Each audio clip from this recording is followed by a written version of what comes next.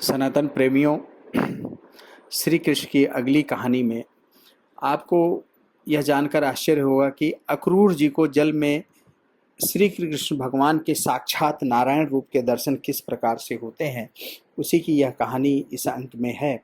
भगवान श्री कृष्ण और बलराम अक्रूर जी के साथ तीव्रगामी रथ पर सवार होकर मथुरा जाने के लिए यमुना जी के किनारे पर पहुँचे। उन्होंने वहाँ पर हाथ मुँह धोकर यमुना जी के अमृत के समान मीठा जल पिया और उन्हें साष्टांग दंडवत प्रणाम करके इसके बाद बलराम जी के साथ भगवान श्री कृष्ण वृक्षों के पास खड़े रथ पर सवार हो गए।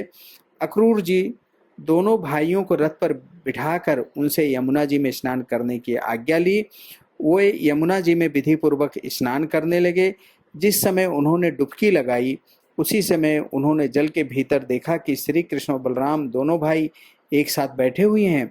अब उनके मन में यह शंका हुई कि वासुदेव जी के पुत्रों को तो मैं रथ पर बिठा कर आया था, फिर वो जल में कैसे आ गए?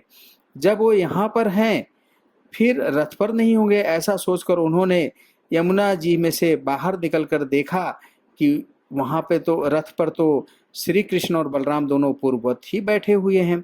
यह सोचकर कि मैंने यह जल में जो देखा है क्या वह मेरा भ्रम है? फिर उन्होंने दोबारा डुबकी लगाई और नीचे जाकर देखा तो फिर वहाँ साक्षात भगवान श्री कृष्ण और शेषनाग विराजमान है। सिद्ध, चारण, गंधर्व और देवता सिर झुकाकर उनकी स्तुति कर रहे हैं। शेष जी के 1000 सिर हैं और उनके प्रत्येक फन पर सोने का मुकुट है। अक्रूर जी ने देखा कि शेष जी की गोद में श्याम मेघ के समान श्री कृष्ण विराजमान हैं। वे रेशमी पीताम्बर पहने हुए हैं, बड़ी ही शांत चतुर्भुजी मूर्ति हैं।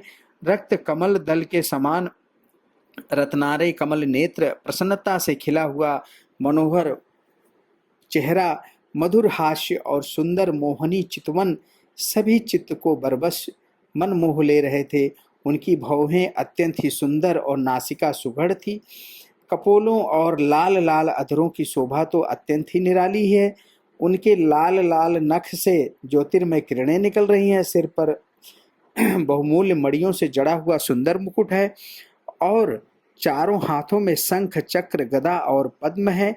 ब्रह्मा, महादेव, इंद्रादि देवता उनकी स्तुति कर रहे हैं। माया आदि शक्तियां मूर्तिमान होकर उनकी सेवा कर रही हैं। भगवान श्री कृष्ण की यह अत्यंत सुंदर लीला देखकर अक्रूर जी का हृदय परमानंद से लबालब भर गया। उन्हें दुर्लभ भक्ति प्राप्त हो गई। उनका सारा शरीर हर्ष से पुलकित हो गया और नेत्रों में आंसू भर गए। उन्होंने अपने शरीर की सुध भी नहीं रही। फिर अक्रूर जी ने अपना साहस बटोरकर तथा भगवान श्री कृष्ण के चरणों में सिर रखकर साष्टांग दंडवत प्रणाम किया। उसके बाद दोनों हाथ जोड़कर धीरे धीरे गदगद वाणी से भगवान की स्तुति करने लगे।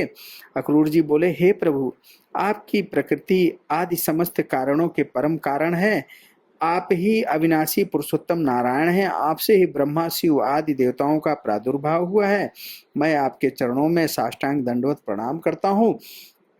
इस तरीके से अक्रूर जी को मन में जो कृष्ण भगवान की सुरक्षा से लेकर जो शंका मन में थी वह जो है अविरल रूप से दूर हो गई और उन श्री कृष्ण भगवान के साक्षात नारायण रूप का उन्होंने जो जल में दिव्य दर्शन किया, इससे उन्हें परम भक्ति का अनुभव हुआ। इसके साथ ही ये कहानी का अंत होता है। अतः आप सनातन प्रेमियों से यह मेरा अनुरोध है कि आप इस चैनल को लाइक, सब्सक्राइब और शेयर जरूर करें। धन्यवाद।